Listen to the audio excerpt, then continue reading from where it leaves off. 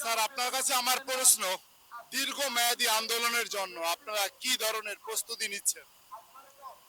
বিসমিল্লাহির রহমানির রহিম। আমরা দীর্ঘদিনের আন্দোলনে আমরা প্রস্তুতি নিয়েছি।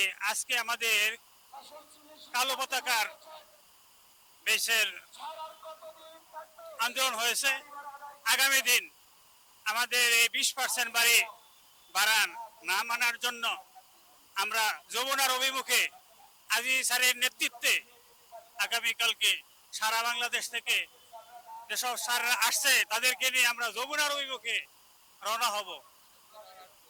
আগামী দিন আরো আমাদের সারা বাংলাদেশ থেকে স্কুল, কলেজ, মাদ্রাসা, কারিগরির শিক্ষক, শিক্ষিকা, কর্মচারী সবাই আসবে আমাদের এই দীর্ঘদিনের বাড়ি ভাড়ার জন্য এবং মেডিকেল ভাতা 15 টাকা এবং উৎসব ভাতা 75%-এর দাবিতে আমরা আগামীকাল সারা বাংলাদেশের শিক্ষক, শিক্ষিকা, কর্মচারী যমুনার অভিমুখে যাত্রা করব।